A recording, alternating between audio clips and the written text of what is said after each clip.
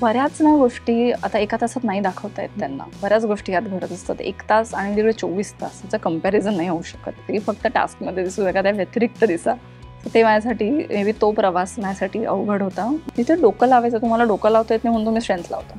So ते असं ते वाटायचं आणि अशा लोकांसोबत खेळायला मजा येत नाही. काही बोलत होती ती जान्हवीने, बांगड्या बिंगड्या घाल सांगितलं आणि आमच्या ते बिचारे सगळे असे गरीब गाय आहेत ग त्या टीम बी मध्ये. आम्ही पहिल्या कॅप्टन्सीचा जो टास्क होता त्यात आम्ही आमची युनिटी दाखवून दिली होती आणि पहिल्या दुसऱ्या दिवशी ज्या फ्रेंडशिप्स होत होत्या ना त्या नाही टिकत आहेत. त्या त्यांच्यातच भांडणं होत होती जे पहिल्या दुसऱ्या दिवशी फ्रेंड्स बनत होते. नमस्कार, मी प्रेसिता कांबळे आणि तुम्ही पाहताय लोकसत्ता लाईव्ह. बिग बॉस मराठीच्या घरातील तिसऱ्या आठवड्याचं इव्हिक्शन झालं आहे आणि यावेळेस प्रेक्षकांना एक नव्हे तर 2 धक्के मिळाले, कारण 2 इव्हिक्शन झाले आहेत. एक निखिल दामले आणि दुसरी म्हणजे योगिता चव्हाण. आपल्यासोबत आता योगिता चव्हाण आहे आणि तिच्याशी आपण गप्पा मारणार आहोत. तिचा एकंदर बिग बॉसचा सगळा अनुभव आपण जाणून घेणार आहोत. योगिता, लोकसत्ता लाईव्ह मध्ये तुझं खूप खूप स्वागत. माझा पहिला प्रश्न, घरातून बाहेर आल्यानंतर तुला आनंद झाला की दुःख? आनंदही होता आणि दुःखही होतं. दुःख या गोष्टीचं होतं की माझी जी टीम बी आहे त्याचं संख्याबळ कमी झालं, कारण आम्ही दोघे एकत्र टीम बी मधून बाहेर पडलो आणि त्या माझ्या टीमला बाय बोलताना मला दुःख झालं खूप. अंकिता, डीपी दादा, आर्या, पॅडी दादा, त्यांना बाय बोलताना खूप त्रास झाला, कारण ते खूप सॅड होते आणि त्यांना तसं बघणं फार अवघड होतं माझ्यासाठी. सो ते दुःख होतं. स्वतःसाठी आनंद होता की मला त्रास होत होता म्हणून मी बाहेर निघाले आणि बाहेर एक माझी पर्सनल लाईफ माझी वाट बघत होती. त्याचा थोडा आनंद होता, थोडं दुःख होतं. Mix emotions. येस. म्हणजे शेवटच्या आठवड्यात म्हणजे तिसऱ्या आठवड्यातला जो कॅप्टन्सी टास्क होता त्यामध्ये तू गाजवलास तो टास्क आणि आम्हाला एक खेळाडू योगिता त्यामध्ये पाहायला मिळाली. म्हणजे प्रेक्षकांना आता वाटलं की येस आता योगिता मस्त खेळणार आहे, पण त्यातच इव्हिक्शन झालं आणि मग तुझ्या चाहत्यांचा देखील तितकाच हिरमोड झाला असेल. तुझ्या भावना काय आहेत की आता आपण आलो होतो खेळात किंवा आता जमलं असतं आपल्याला आणि इव्हिक्शन झालं? नाही, I think it's a part of game.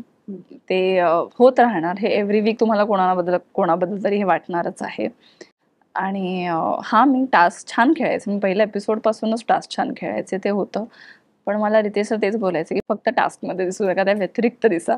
So ते माझ्यासाठी मे बी तो प्रवास माझ्यासाठी अवघड होता म्हणून मी एलिमिनेट झाली असेल. पण छान होता. 3 आठवड्यांचा प्रवास का असेना, 3 आठवड्यातही मला प्रेक्षकांनी खूप प्रेम दिलं आणि मी खूप त्यासाठी ग्रेटफुल आहे. सुरुवातीचा जो आठवडा होता त्यामध्ये तू इमोशनल थोडी झाली होतीस. त्यानंतर पुन्हा तू गेअरअप केलंस आणि तू खेळामध्ये दिसलीस. त्यानंतर पुन्हा तू तुझ्या त्या एका अलोन झोनमध्ये गेलीस आणि तू सांगितलं की तुला मानसिक त्रास होतोय आणि त्या सगळ्या गोष्टी. तर एकंदर ती परिस्थिती काय होती, म्हणजे तुझ्या मनातून काय? बऱ्याच ना गोष्टी आता एका तासात नाही दाखवता येत त्यांना. बऱ्याच गोष्टी यात घडत असतात. 1 तास आणि तिकडे 24 तास याचं कंपॅरिझन नाही होऊ शकत. त्यामुळे बऱ्याच गोष्टी मला सांगताही नाही येणार तुम्हाला काय काय गोष्टींचा त्रास होत होता तिकडे. इन जनरल जी भाषा वापरली जाते भांडणांमध्ये, काही जे शब्द वापरले जातात, त्याची सवय नाही आहे आपल्याला त्याची सवय नसते. अशा लोकांना त्यांच्याच भाषेत उत्तर द्यावं लागतं, जे मला जमत नव्हतं.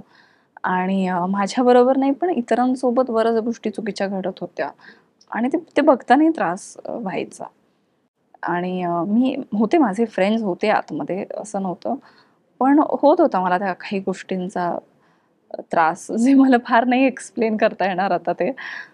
पण मी त्या फिलिंगला जज करत नव्हते आणि काही गोष्टीही घडल्या होत्या आतमध्ये, ज्यामुळे काही पर्सनल टार्गेट केलं गेलं जात होतं. आणि म्हणून मग मी इतकी लो झाले होते की मी शेवटी रितेश सरांसमोर ते बोलले. म्हणजे तू आता जसं म्हणालीस की 1 तासच एपिसोड दाखवला जायचा, बाकीचे 23 तास तर तुम्ही असायचं सगळे एकत्र. मग विरुद्ध टीम म्हणजे ए टीम मधल्या निकी आणि जान्हवी असायचे, आम्हाला दिसायचं सगळ्या एपिसोड मध्ये. तर त्या इतर वेळेसही तशाच भांडायच्या किंवा कसा असायचा बिहेवियर? हो, त्या अशाच आहेत आणि म्हणजे त्या मला पण नाही कळायचं की असे काय आहेत लोक. आणि टास्क म्हटलं की वस्तू सतत लपवायच्या, जे मिळेल ते लपवून टाकायचं, असं अशा ह्याने कसा हा गेम सुरू होतो. ज्या टास्कमध्ये फिजिकली काही नव्हतं, त्या बाळाच्या टास्कमध्ये काय कुठे फिजिकल स्ट्रेंथ लागत होती. तिथे डोकं लावायचं, तुम्हाला डोकं लावता येत नाही म्हणून तुम्ही स्ट्रेंथ लावता. सो ते असं ते वाटायचं आणि अशा लोकांसोबत खेळायला मजा येत नाही. जे सतत चिडला की डाव विस्कटतात ना, तशी आहे ती निकी, की चिडले स्वतः जिंकत नाही कळलं की मी आता त्या बाळाला फाडून खाणार. अरे तुला बाळ म्हटलंय बिग बॉसने, त्याला बाळासारखं वागवा. त्याचा काय तो इतका सुंदर होता तो टास्क, त्याची पूर्ण वाट लावली गेली. म्हणजे त्या टीम मधून बरेचसे आता सदस्य जे आहेत ते मध्येच कळ काढायचे किंवा बीबी करन्सी लपवून द्या रात्रीचं वगैरे जे काही हो, त्या अभिजितवर 4 जणांनी अटॅक केला, त्याच्या कपड्यांमध्ये वगैरे बेडवर चढून. हे फार घाण आहे हे, आणि हे बघताना पण फार वाईट वाटायचं की अरे हे काय चाललंय. आणि काही बोलत होती ती जान्हवीने, बांगड्या बिंगड्या घाल सांगितलं. हे तुमच्या टीम कडून का नाही होत होतं? म्हणजे भाषेबद्दल मी नाही बोलत आहे, पण आपणही काहीतरी करन्सी, त्यांची बीबी करन्सी लपवूयात किंवा नाही आम्ही शोधायचा प्रयत्न केला होता, पण आमचे प्रयत्न असे नव्हते की एखादा बेडवर झोपलाय त्याच्यावर 4 जणांनी उड्या मारून अटॅक करा. नाही आहेत आमच्या टीममध्ये असे लोक. प्रत्येकाचा स्वभाव वेगळा असतो, आणि बाहेरून हे सांगणं फार सोपं असतं की तुम्ही असं करायला पाहिजे होतं, की तुम्ही हे बोलायला पाहिजे होतं. आत राहून ते करणं सोपं नसतं, कारण आपल्याला माहिती आहे आपण 1% एग्रेशन लावलं तर समोरचे 20% एग्रेशन लावतात, आणि ते एग्रेशन आपल्याला सहन होईल का फिजिकली आणि मेंटली हे कळत नाही. आणि आमच्यातले बिचारे सगळे असे गरीब गाय आहेत ग. त्या टीम बी मध्ये अंकिता असेल, डीपी दादा असेल, सगळ्यांना त्याचा मानसिक त्रास माझ्या एकटीला नव्हता होत, सगळ्यांना होत होता, अंकितालाही होतोय. पण तरी सुद्धा ती ठाम राहून ती खेळते, त्यासाठी खरंच तिचं कौतुक आहे.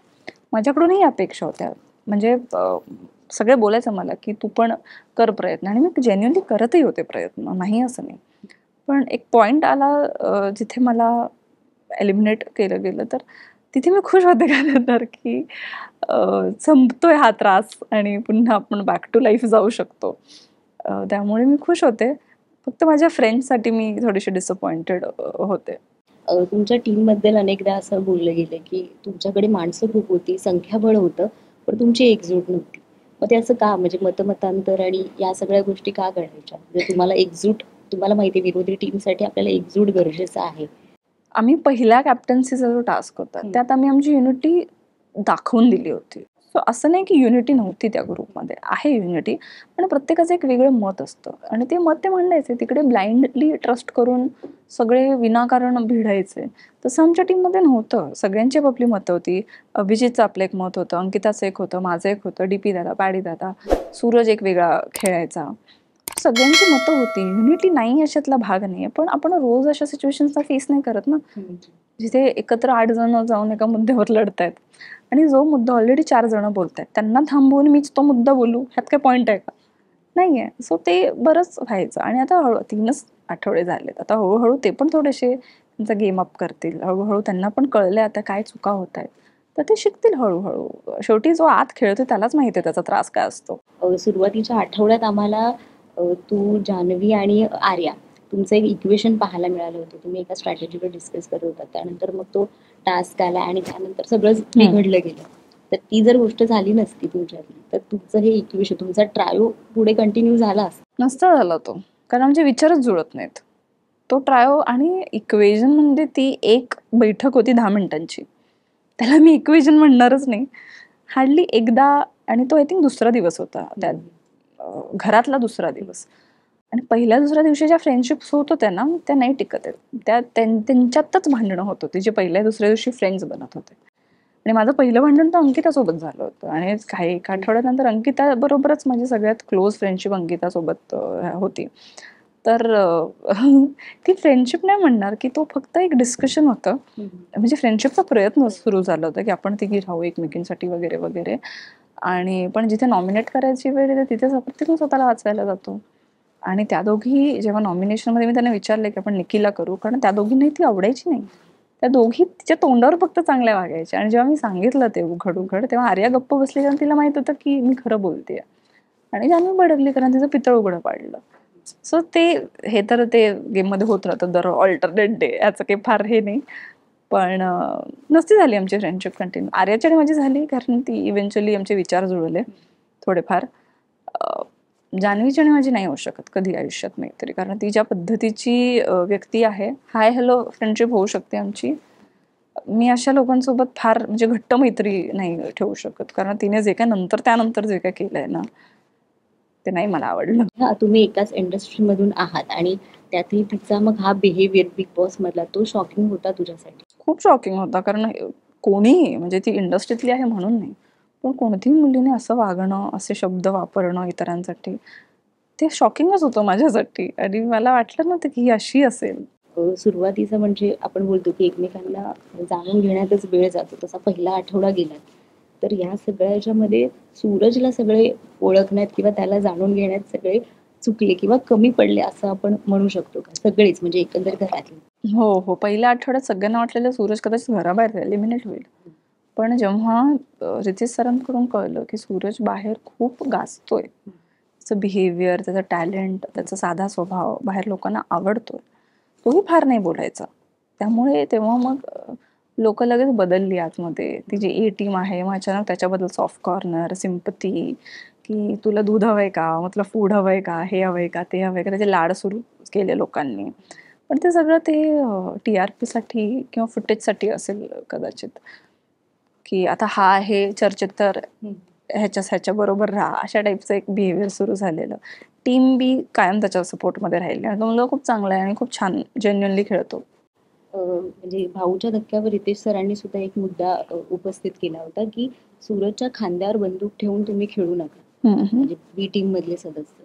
तर तसं खरंच तुमच्याकडून नकळत झालं असं म्हणता येईल का? नाही, तो आरोप त्यांनी लावला पण मला पण तो पटला नव्हता. कारण अंकिता, DP दादा, पॅडी दादा हे तसे नाही आहेत की ते सूरजच्या खांद्यावर बंदूक ठेवून ते करतील. हे जे मी म्हटलं की त्याच्यासोबत राहून ते टीम ए बद्दल होतं. त्या टीम ए मधले काही लोक आहेत जे अचानक त्याचे लाड करायला लागले. सो ते त्यांच्याबद्दल होतं. मला नाही वाटत टीम बी मधलं कोणीही त्याच्या खांद्यावर बंदूक ठेवून वगैरे चालवण्याचा प्रयत्न करतंय. म्हणजे सुरुवातीचा आपण असं म्हणाला की घनश्यामच्या बाबतीत म्हणजे तो याही ग्रुपचा भाग होता, तो त्याही ग्रुपचा भाग होता. पण त्याचं वागणं एकंदर म्हणजे पॉलिटिकली करेक्ट, म्हणजे तो डिप्लोमॅटिक राहतो हे तुम्हाला माहिती होतं का? म्हणजे आहेच तो तसा सुरुवातीपासून?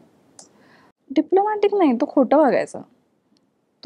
आम्ही जर 4 जण बसले तर मध्ये येऊन बसणार आणि मग ऐकत बसणार. मग आम्ही त्याला विचारायचो की "अरे काय तू 2 मिनिटापूर्वी त्या टीम बरोबर बसलेलास?" म्हटलं, "नाही, मी बसलेलो त्या टीममध्ये पण मला ह्याच टीममध्ये राहायचं असतं." असं काहीतरी तो करायचा आणि मग 15-20 मिनिटांनी पुन्हा त्यांच्याबरोबर दिसायचा. मग कळायचं नाही ह्याचं काय म्हणजे नक्की. पण एका पॉइंटनंतर तर क्लिअरली तो त्या टीममधून खेळत होता.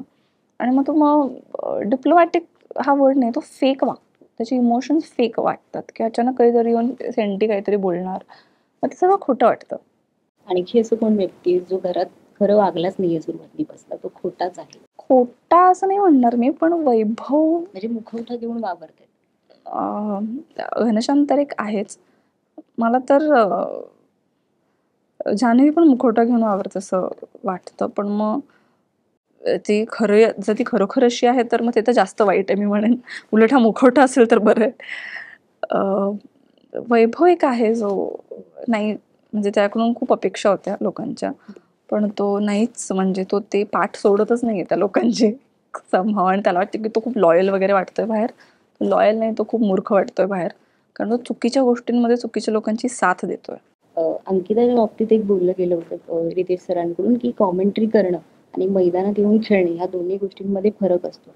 तर अंकिता स्वतः म्हणजे अजूनही बॅकफूटवर आहे, ती स्वतःला अग्रेसिव्हली तितकं पुश करत नाहीये असं वाटतं. हे मी बोलणं खरं तर चुकीचं आहे. कारण मी त्या बॅटल फील्डवर नाही, मी त्या कॉमेंट्री बॉक्समध्ये पण नव्हते. आणि मी नव्हते बिकॉज मी मैदानात नाही तर मी कॉमेंट्री का करू त्यावरती. तसं होतं माझं. पण असं नाही आहे की ते म्हणजे मैदानात उतरणं आहे ना, ते अवघड आहे.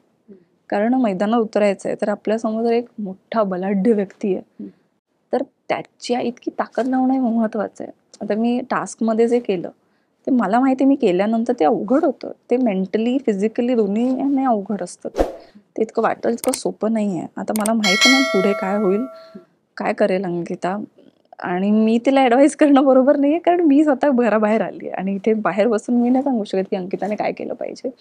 तिला जे योग्य वाटेल ते ती डेफिनेटली करेल. ती खूप सेन्सिबल डिसिजन मेकर आहे, सेन्सिबल मुलगी आहे. ती सुद्धा खूप इमोशनल आहे, हे विसरून चालणार नाही आपल्याला. कारण ती सुद्धा एक चांगल्या घरातली चांगली मुलगी आहे. सेन्सिटिव्ह आहे माझ्यासारखीच. त्यामुळे मला माहिती आहे तिकडे काय मानसिक त्रास होतो. त्यामुळे ती जे करेल ते मी तिच्या डिसिजनला कधी जज नाही करणार. कारण मी स्वतः बाहेर यायचा निर्णय घेत होते. सो मी काय तिच्या डिसिजनला जज करणार. ती खूप चांगली मुलगी आहे, खूप चांगली मैत्रीण आहे माझी. आणि बघू आता पुढे काय होते. जे काय असेल ते छानच असेल. टॉप 3 मधले सदस्य कोण वाटतात? सूरज, अभिजित आणि डीपी दादा किंवा अंकिता. स्ट्रॉंग कंटेंडर सूरज आणि अरबाज मधून. डेफिनेटली सूरज. हा प्रश्नच काय म्हणजे. उगाच भांडण उकरून काढणारं कोण आहे? जान्हवी की निकी? उगाच उकरून काढणं दोघी आहेत. आणि सर्वात जास्त चिमटे कोण काढतं? वर्षाताई की जान्हवी? दोघी दोघी काढतात ऍक्च्युली. त्यात तर मी एग्री करते की खरंच वर्षात पण कधी कधी जरा पिन मारतात उगाच. आणि शेवटचा प्रश्न, तुझा आता सपोर्ट कोणाला असेल? म्हणजे एकंदर तुझ्या टीमला तू असेलच, पण एकंदर सपोर्ट तुला एक स्ट्रॉंग कॅन्डिडेटला करायचा झाला तर तो कोणाला? मला डीपी दादांना करायला आवडेल, कारण ते खूप अंडर रेटेड आहेत. मला बाहेर आल्यावर कळतंय. मी आतमधून त्यांचा गेम बघितलं, ते खूप हुशार आहे. त्यांच्या स्ट्रॅटेजीज, त्यांचे प्लॅन्स चांगले आहेत. आणि अरबाज सारख्या माणसाला मागे ठेवून त्यांनी ती सीट बळकावली होती पहिल्या कॅप्टन्सी टास्कमध्ये. फिजिकली मेंटली ते आहेत छान स्ट्रॉंग. त्यांची इच्छा आहे पुढे जायची आणि ते छान गेम खेळत आहेत. तर एका व्यक्तीचं नाव घ्यायचं झालं तर मी डीपी दादा म्हणेन. मी सपोर्ट तर ऑफकोर्स माझ्या संपूर्ण टीमला करेन, नाही असं एकाचं नाव घेता येणार. पण तरी डीपी दादांचं यासाठी, कारण त्यांचा गेम मला माहित नाही का नाही दिसत आहे लोकांना, पण तो दिसला पाहिजे. ते छान खेळत आहेत आणि खूप जेन्युइन आणि खूप हळवा माणूस आहे तो. थँक्यू योगिता. लोकसत्ताशी तू संवाद साधत, मनमोकळा संवाद साधलात. आणि या इंटरव्ह्यू विषयी तुमचाही कमेंट आम्हाला कमेंट बॉक्समध्ये नक्की कळवा. व्हिडिओ लाईक, शेअर आणि सबस्क्राईब करायला लोकसत्ताच्या चॅनलला विसरू नका. पाहत राहा लोकसत्ता लाईव्ह.